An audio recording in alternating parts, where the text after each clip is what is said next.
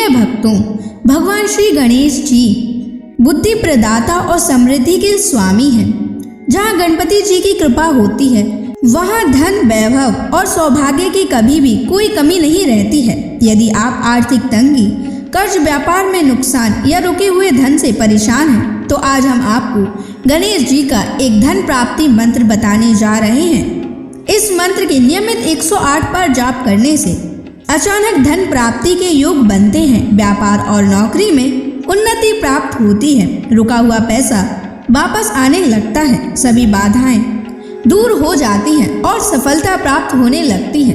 इसलिए प्यारे भक्तों, गणेश जी के इस चमत्कारी मंत्र का जाप अवश्य करें और नियमित 108 बार करें। आप इसे अपने मोबाइल फोन पर चलाकर अपने घर, दुकान और ऑफिस में छोड़ दें। इस मंत्र की ध्वनि से आपके चारों तरफ सकारात्मकता का भाव बनने लगेगा और आपके जीवन से नकारात्मकता हमेशा के लिए दूर हो जाएगी।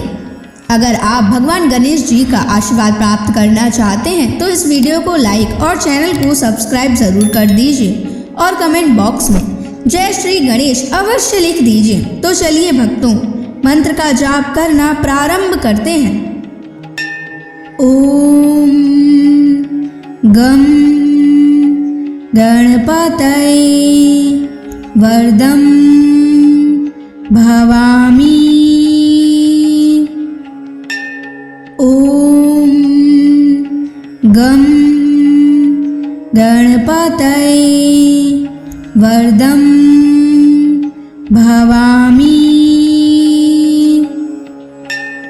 ओम गम गणपतये वरदं भवामि। ओम गम गणपतये वरदं भवामि। ओम गम गणपतये वरदं भवामि।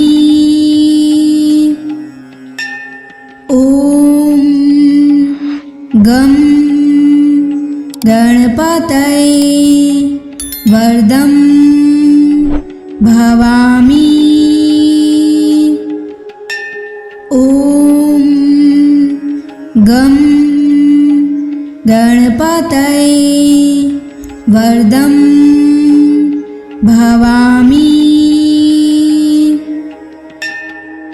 ओम गम गणपतये वरदं भवामि। ओम गम गणपतये वरदं भवामि। ओम गम गणपतये वरदं भवामि। ओम गम गणपतये वरदं भवामि। ओम गम गणपतये वरदं भवामि। ओम गम गणपतये वरदं भवामि। ओम गम गणपतये वरदं भवामि। ओम गम गणपतये वरदं भवामि। ओम गम